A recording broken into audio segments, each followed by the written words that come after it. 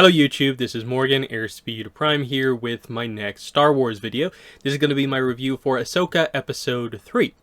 The first thing I want to note is straight away is the runtime of the episode. 31 minutes, it was 36 including the credits, but a relatively short episode for a live action episode of Star Wars.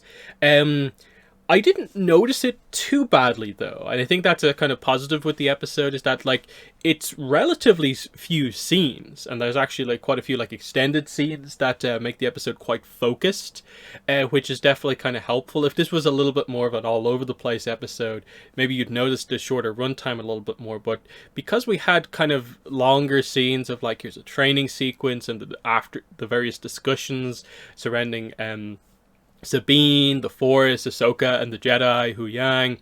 That was quite good. We got the quite extended starfighter kind of battle sequence, all the way up to the planet and the hyperspace ring, setting up what we're going to do, I suppose, in the next episode, which looks to be probably a pretty kind of interesting, I suppose, mid-season finale type thing, where we seem to finally be about to get the meeting of Ahsoka and Baylan. I suppose that's the big kind of character dynamic we're waiting for here amongst these characters, and probably maybe building towards the activation of the hyperspace ring, which will hopefully bring Thrawn into play, and so on. Overall, like, again, an enjoyable episode. I still feel a little bit like I don't have the best grasp on the characterization of Ahsoka especially, but also a little bit on Sabine, because we've had a bit of a gap since Rebels, where the whole they tried to do the master and apprentice thing before, but we don't know the details on that. But then we also don't really know why they decided to do this in the first place with regards to, like, I thought Ahsoka wasn't a Jedi, so why is she taking on an apprentice and basically calling her Padawan? In a way, in the first place, why does Sabine want to be a Jedi? That was never really part of her character. Where's that coming from? It feels like there's some kind of inciting incident in a way, almost, that kind of we don't quite have here. Like, because you get on the basic level of, like, they decided they were going to work together to try and find Ezra, so they paired up, and naturally there's going to be some level of, like, exchange of skills. Ahsoka teaching Sabine because she already had some foundation in lightsaber combat from the whole Darksaber kind of situation. But how did that evolve from being, I will give you some kind of Jedi martial arts training, to seemingly Sabine is like, I want to be a Jedi, and them talking about her in the sense of she's also going to do Force training, even though maybe she doesn't perhaps have the aptitude for it. And it's interesting. It's definitely interesting, but I do wonder, like, are we going to get like a flashback that will kind of bring us up to speed on this a little bit more? Is there going to be reveals that maybe explain some of, like, why the characters are maybe heading in this direction or not? Because that's kind of probably like the main thing from this episode, is just that, like, with Ahsoka, you are, I think, constantly wondering about, like, okay, you don't call yourself a Jedi anymore, but you will do a lot of things in the Jedi way, in that you are not some, like, kind of different type of Force user. Like, she's not like this gray Jedi type thing, because she's very clearly a light side Force user, but she just has some issues with the Jedi Order that she was a part of, but she also has regrets related to that. So it's like she has those things that frustrated her about the Jedi Order, but then she also has, I think, some of those, in a way, failings that almost are applied to herself. She blames herself a little bit kind of for some of what happened here surrounding Anakin and all that sort of stuff, and that's what we're waiting for here, because I think we basically know we're going to get some sort of a Anakin flashback style thing, and we're really eagerly waiting to see what they kind of do with that. Now, will they do Anakin Force Ghost stuff? Because I that's definitely something that's on the table, because we had Anakin Force Ghost at the end of episode 6. All this stuff is set post episode 6. You have the capacity to do some quite interesting stuff here, because in a way the Darth Vader problem has been dealt with, but Ahsoka hasn't dealt with her own issues surrounding the Jedi Order. And in a way, we went through the entire, like, was it season 6 Clone Wars arc, where, like, it was Ahsoka on her own away from the Order, and we never really tackled it. Even when we did the finale Clone Wars arc, we didn't quite tackle her relationship with the Jedi Order. And we're kind of waiting to finally get around to that, because she's clearly training Sabine to be a Padawan and called her a Padawan in the previous episode. But she'll also counter some of the things that Hu Yang says that is more of like, no, we're not doing things in the Jedi way. And then most notably, you had that scene where Hu Yang said that she is like kind of below the standards of what the Jedi would typically choose to train. And Ahsoka's like, under their criteria. And he says, like, criteria that worked for a millennium. And then she counters with the kind of somewhat cutting, but it eventually kind of failed type thing. And it's like, what's going on here? Because I don't think Ahsoka would be doing some of what she's doing if she really was just absolutely done with the Jedi Order. So I think there is still that conflict within herself, because like I've been talking about in the first Ahsoka review as well, the characterization feels a little bit, I wouldn't say off, but like it's obviously different with Ahsoka here, where she is a lot more serious than I think Ahsoka we typically, the characterization of Ahsoka we typically expect. And so I think we're waiting for some sort of an arc of growth where she maybe gets over some of her issues surrounding her own view of herself as a Jedi.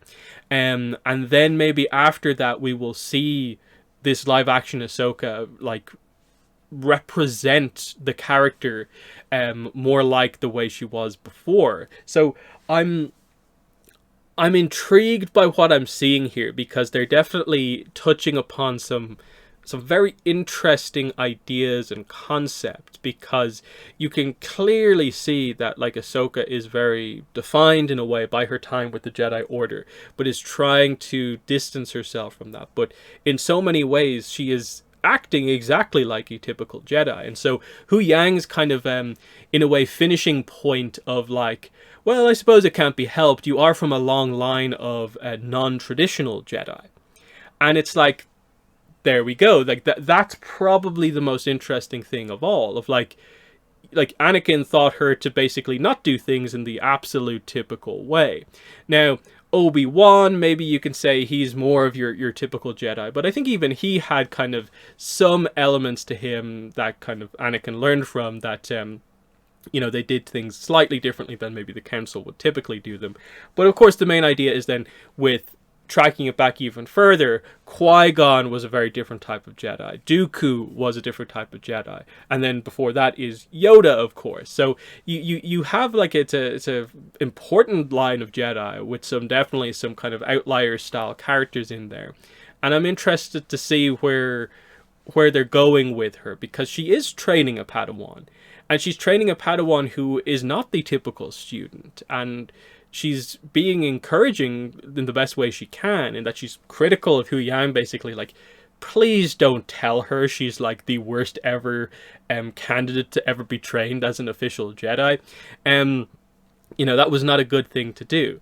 But she's being kind of like not harsh, but she's being firm with the training, and like she's not being like maybe needlessly positive, because I think she knows that this is a struggle for Sabine, and being overly positive about what is ultimately quite a lot of failure would not be the right approach. But she's also not being super like, come on, you need to do better either. It's very kind of understanding of what's going on here, while being kind of truthful with her, which gets into, I think, one of the more interesting things from this episode, and that is kind of the whole idea of Sabine's training, as we sort of find out, is more than just direct lightsaber combat. Like, there is an element of Ahsoka seems to have the ambition eventually that Sabine be able to use the Force to some extent, which brings up the idea, like, we literally have Sabine say, like, I can't use the Force, I can't sense, like, anything. Hu Yang told me I am not a particularly strong candidate. I'm basically one of the ones with the least kind of potential to use the Force. And they don't say anything about it in this episode, but I think they, without saying it, more or less allude to the idea of kind of midichlorian counts throughout this episode in terms of what they're talking about there from that kind of talent perspective, is that I guess they did the test on Sabine and they can see that Sabine either has a low or it's a normal amount of midichlorians, but it is below the typical threshold that the Jedi would have for what they would typically view as being a ideal Jedi candidate. Now, to be fair, like, this isn't contradictory, I don't think, to the prequels. This feels very much expanding on that, where they never said that there is a specific threshold by which, you know, when you have this many midichlorians, you are then Force sensitive. No, they're kind of highlighting here that it's just the Jedi had some sort of a threshold where it's like, typically you see more talented Force users above this level and not rather than below, which definitely suggests that if you are lower down, you can use the Force. You can train to learn the Force. You maybe won't be as good at it. It'll maybe be a harder task for you to actually do it, but you can still do it, because the point is that every kind of living being is part of the Force, has some inherent connection to the Force. Whether that develops into a true sort of like ability to use the Force is a different story. And that's an interesting idea with Sabine, is the idea of, are they actually going to have her succeed? By the end of this season, will we see Sabine use the Force? So will she be able to use like a Force push in the middle of a fight? Will she be able to move that cup into her hands? And I suppose most maybe notably for her, like, will she be able to get those sort of, you know, Jedi Force enhanced reflexes to, you know, make her more of a match for Force sensitive opponents that she will be going up against? That's the whole idea here, is that your just Mandalorian training won't be enough, even if you're holding a lightsaber, to get you through this. You will need this to a certain extent. So what are we doing here? Like that's the kind of big thing here. And this is where, like, I almost wish they would have done just a little bit of a kind of like midichlorian thing and made a point of like, what are we talking about here with Sabine? Are we saying she's like average amongst the kind of sentient species population, or are we saying she's actually like quite low? Or is she actually like above the average, but Jedi typically goes for like high above the average? Like what are we talking about here when it comes to where Sabine's kind of core potential actually is? Because I don't have a problem if they're kind of suggesting that, like, your average person with enough training, direction, dedication can make a connection to the Force. It might take them a lot to do little, but they can grow to kind of use the Force. That I find to be an interesting thing, because I don't think that contradicts the idea is that the Jedi typically took in basically the best of the best, your top probably 10-20% of people when it came to midichlorian counts in the world. And so there's potential, depending on what way they go, to really turn this into something quite interesting overall. So the actual training that we get here is we do more kind of martial arts training initially, where Sabine is training with Hu Yang to do kind of I suppose just have the form of the different basic lightsaber blows, get it down kind of correctly. And it's noted that, like, okay, you have the basics down. It's not maybe Jedi level accurate, but you seem to remember some of the core details, but can improve. Then we move on to what is meant to be the more kind of Force perception kind of training thing. Blast shield down, and Ahsoka kind of silently kind of walks around her with a wooden sword, and doesn't necessarily attack her. Like, a few times kind of goes to kind of move in close, but the idea is not to kind of hurt Sabine. It's more like, can you actually react to me getting close to you? Or like when I touch you with it or poke you with it, can you react in time to kind of get out of that situation? Because otherwise the idea is every single time Ahsoka gets close to her, it's effectively a, I killed you here and there and there. And you can see that Sabine reacts to like a few things, but I think you can tell it's more of she's using her other senses rather than the new sense she's trying to develop, that being the Force. So it's ultimately this kind of failure, but she is a talented sort of, athlete. Physically, she is incredibly strong because of her Mandalorian training. She just needs to get this kind of mental side of things down when it comes to her dedication and focus to Jedi training, in a way, the kind of clarity of mind in a way needed to connect with the Force itself. And this obviously leads up to that scene where, like, Sabine says, like, I can't feel the Force, I'm one of the worst kind of out there. But Ahsoka kind of makes the point that, yes, talent is a factor. And I think that's what they're highlighting there. That yes, if you have a high midichlorian count, it is a lot easier. Because I think the idea, obviously, is that most of the time when the Jedi were, like, called out to a notable child, it was probably because that child had already, like, directly displayed some application of the Force, whether it be like levitating stuff as a very young kid, or showing some sense of, sensing the future, those type of things that the Jedi can do.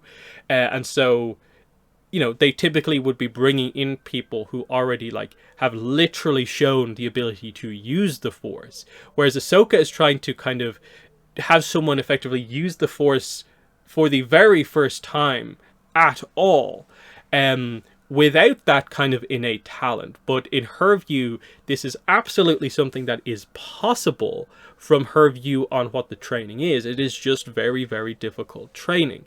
Now, the question's obviously going to be, going forward, is this going to succeed? Is this going to be the path for Sabine? Because I'm a little bit like, I almost like feel like I don't have a fundamental understanding of this version of Sabine to understand why being a Jedi is what she wants. Is it because of the connection to Ezra that she wants to follow in his footsteps?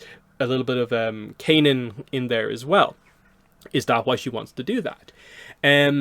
Because otherwise, like, I think she felt like, the whole Mandalorian stuff, doing a little bit of lightsaber training because of the Darksaber was fine. But, where does the idea that I could potentially use the Force, and that is something that I really want to do, where does that come from with her? That's what I'm very interested on, kind of both of their sides. Like, who decided that we'll also do Force training in this as well? Really want to see what that's about. That's an interesting one. And then it's the same with Ahsoka. Like, are we building towards, in the same way, like, are we building towards Sabine? Will she use the Force or not? Because I'm assuming we'll get to a point where she fights Shin again, and maybe she'll be able to use the Force to fight better, sense her moves a little bit more, and maybe a little bit of Force push action so she can counter any Force applications of Shin. That would be quite an interesting point. With Ahsoka, though, what are we building towards? Are we building towards the moment where she finally accepts that she is a Jedi once again, and she can, move past, in a way, her issues about why she left before, and find where she needs to go after this? Is it accepting that she is a Jedi, and that will kind of get her back to where she needs to be? Or is she fine with the path that she has now, where she's going to sort of do her version of ideal, what it is to be a Jedi, which is different than the Jedi Order, but it's what she feels she has to do, and that's the kind of freedom from what happened before. We'll see what way they go with it, but it's probably going to take meeting Baylan and seeing a character who also is a former Jedi, but he's taken things in the other direction. How that goes. That might force Ahsoka further down, like, a different path to not go in the direction that he's going. That could be an interesting general dynamic of, like, Shin seeing her master meet someone who's more like an actual Jedi. How will that change her? That's a quite interesting idea. I guess that moves us on to the kind of other kind of bigger sequence of the episode, which is the big kind of starfighter scene where we get the dogfight in space in or around the planet, and also the hyperspace ring. While Hu Yang's doing the scanning of the hyperspace ring, we get sort of the communication between Ahsoka and Sabine, where Ahsoka's flying, Sabine's on the tail gun, and they kind of get back into their kind of partner dynamic, and you kind of see little, jabs back and forth of just like, you removed my presets, I didn't need them. But then they get back on the same kind of page as each other, and Sabine is saying, like, okay, to get the shot, go this way. And then Ahsoka's like, oh, I can set up a thing over here, get ready for this, as she takes out the kind of grunt fighters around the actual two more notable characters, because I think it's Shin and Malak in the two surviving starfighters, and then it's just the randomers that actually get shot down. So very cool sequence. Again, they devoted quite a bit of time to this. I liked that there was just those cool kind of visual things of like they're relatively close to the planet, but the hyperspace ring is also there, and it's obviously, you know, Ahsoka and Sabine's first time seeing it, and they need to scan what's going on. And then when the fight is over, of course, they escape down to the planet to set up the next episode. But they have that kind of final conversation where they get the details on the scan, and that like, okay, the hyperspace ring is powerful enough to transport you to a different galaxy. This is theoretically possible because there are legends within like the Jedi Order about basically hyperspace paths following the same lines as Purrgil, which are also known as star whales. So that was a kind of cool thing. Not space whales, star whales, which is very, very cool to kind of hear about. And that makes a lot of sense because you could see the kind of hope in a way with Sabine, especially when she saw the Purrgils, and she says as much, that like that's the first time I've seen a Purrgil since basically the incident where we lost Ezra. And it feels like this is her right path because she's encountering more and more of these things that is going to lead her back to Ezra. Again, highlighting that that is her overall goal in what she's hoping to accomplish. So fascinating to see kind of where we go from here. And it's obviously, I guess, clear that like there's one final hyperdrive that just needs to be finished installing, and then that ring is operational. And I'm guessing we'll move to kind of bring Thrawn back into play kind of as soon as possible. Now, again, what exact way is this going to play out? Like, are we, when it activates, is it just going to be like Ahsoka attaches the ship to the hyperspace ring and like we go out to the different galaxy? Because I'm guessing that's what has to be the idea, because the hyperspace ring itself has hyperdrive, so it's like a ship. That's the whole idea of what a small hyperspace ring is. It is a extra thing that attaches onto a ship to basically give something that doesn't have a hyperdrive. So the ring is going to move itself.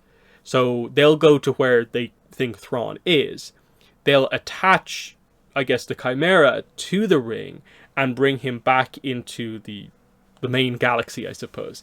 So that's the idea, is that I guess we're going to have to go out to this other galaxy and we'll get to see what's been going on out there.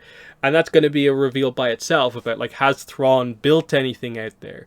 Is Ezra with him, and what's going on? What planets are we talking about out here? Are there different species that we're talking about? Are we going to set up an kind of extra galactic threat?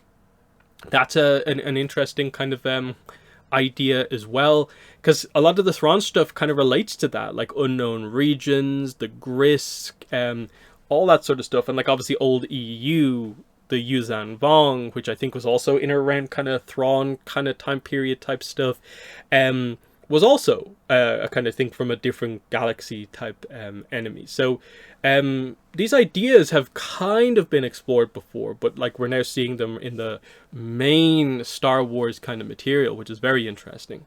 So like I said, next episode seems like it's going to be pretty exciting to see. I'm assuming at the very least by the end of the episode we will get Ahsoka and Baylan in contact with each other, which is going to be very, very interesting, because he seems to know who she is, but she doesn't necessarily know who he is, and what is the dynamic there. The final scene is the Hera scene, where she talks to the politicians. And this is obviously, like, it's an interesting scene, but it's also a frustrating scene to watch, because you're right with Hera on this one, and in a way Mon Mothma, where you can tell the two of them just look at each other, and it's just like, I'm so sorry that you have to deal with these other kind of politicians, that the New Republic is effectively just like the Republic, and it seems to be going down the path of making all the same mistakes, and it's frustrating, because if you are a big original trilogy fan, it's like, this is what we fought for, this is what, you know, Luke, Han, Leia, everyone, this is what we did to win that war, to defeat the Emperor, Darth Vader, all this sort of stuff, is to get to this point where we have the return of the Republic in the New Republic.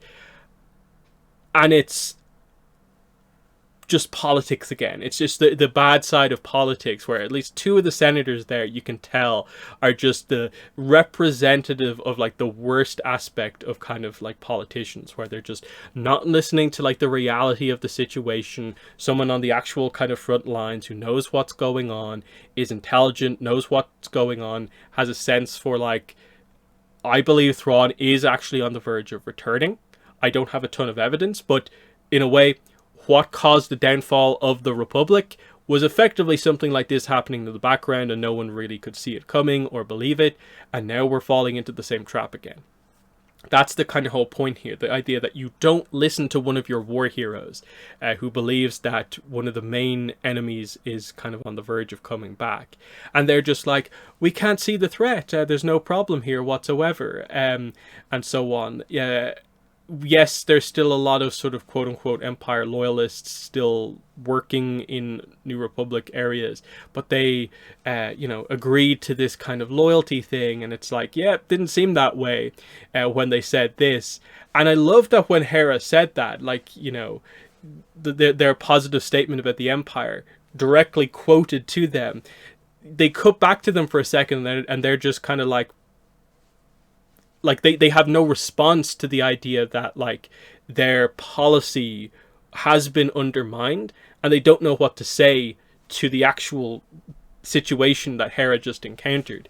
Then of course we have the guy who I believe is a Star Wars Resistance character, who is the kind of I will not give you resources because you just want those resources to go after Ezra, who he also believes that Thrawn isn't around anymore, and thus also believes Ezra isn't around anymore. And it's just that idea of, it's this kind of committee here, they just want to discuss things, and nothing's really going to get done as such. And you can tell Mon Mothma, even though she's the Chancellor, wants to help Hera because she has a good relationship with her, even asks about her son. But it's just, this is how it is. You have to be fair when you're in that leadership position, because the good guy characters are trying to lead in a way that isn't just being the all-out leader. But you can see the kind of issues and the problems coming back in when you don't have the absolute most trustworthy people around you. It's a bit of a frustrating situation. And of course Hera has to bring up the idea of like, did you fight in the war? No, you just have this kind of cushy position after the war has been won, and now you think you know everything, when there's still Imperial remnants out there, and you just view them as being not a threat because they're not organized. But from The Mandalorian, of course, we saw they do have their, what is it called, like the Shadow Council, basically. There is some level of organization, and they're just waiting for something that will truly bring them all back together, and that is Thrawn. That's what we're building towards here. The whole idea, I think, with these shows is that we're building towards that Dave Filoni Star Wars movie that's going to be the kind of finale of, this is the last of the Imperial remnants. And I suppose the setup for like this defeat will give the New Republic the sense that they have won once and for all. But the First Order is there in the background for the sequel trilogy. And that's kind of, I think, what we're trying to get towards here. And it's just a frustrating scene where, like, Hera is deeply frustrated about that scene. You could tell when she walks back out and the guys are like, yeah, that didn't sound like it went so well. Glad I wasn't in there dealing with them. And it's completely that case. But then we get an interesting scene where it is Hera talking to Jason, her son. This is her and Kanan's son, Jason, who is like, oh, Aunt Sabine is going to become a Jedi. I want to be a Jedi. And she says, I know you do. And there's a little bit of a look on her face like, how do I deal with this? Do I want him to go down that path or not? And it's a big decision that you might have to make. And it's very intriguing because given what we discussed in the Sabine Ahsoka side of the episode and the idea of like potential, the idea should be that Jason should be like have decent potential in the Force because his father was a Jedi, and again we don't know the exact details about it, but the idea is there is at least some element of kind of bloodline stuff going on with the Force, hence like the significance of Luke being Anakin's son and stuff like that. And there's evidence of this being the case. So are we actually going to do that or not? Or is this maybe going to be a little bit of a Hera having to deal with the idea of, in a way, being a Jedi? What a Jedi kind of has to do is maybe what got Kanan killed. Do I want my son to go down that path? Or in a way, because of who his father is this his destiny, and she has to, as a kind of mother, deal with what approach she kind of wants for him and stuff like that. That's an interesting one. And then especially like if Ezra's coming back and like we don't know if Sabine is going to succeed with the whole Jedi training thing, it potentially opens up the likes of, you know, Ahsoka might take a different apprentice, Ezra might take an apprentice. There's a few different ideas that you could do depending on where exactly you want to go with this. So interesting stuff overall. Like the whole episode, I suppose, just wrapping it up, like I said, even though the runtime of the episode was small, it was small compared to most episodes, they actually accomplished, I think, quite a bit with it. But definitely in the future episodes, I definitely want to delve more into the detailed aspects of Sabine and Ahsoka as characters. So I hope we do get the time to kind of explore some of those dynamics, because I think we're still waiting for stuff like, you know, an Anakin flashback or an Anakin Force Ghost style thing to really take Ahsoka to that next level. We really want to see, I suppose, like, Sabine, what is it you truly want overall in this? Why are you going down this training path to be a Jedi? And why does this mean so much to you? Is it all ultimately relating to Ezra? But we have to wait and see. But yeah, next episode should be strong, and yeah, I should have the review for the next episode out the day the episode actually releases. But that is that. But so yeah, in the comments, let me know what your thoughts were on the episode. But that's been my video on it. So that's been it. Thanks for watching, and bye.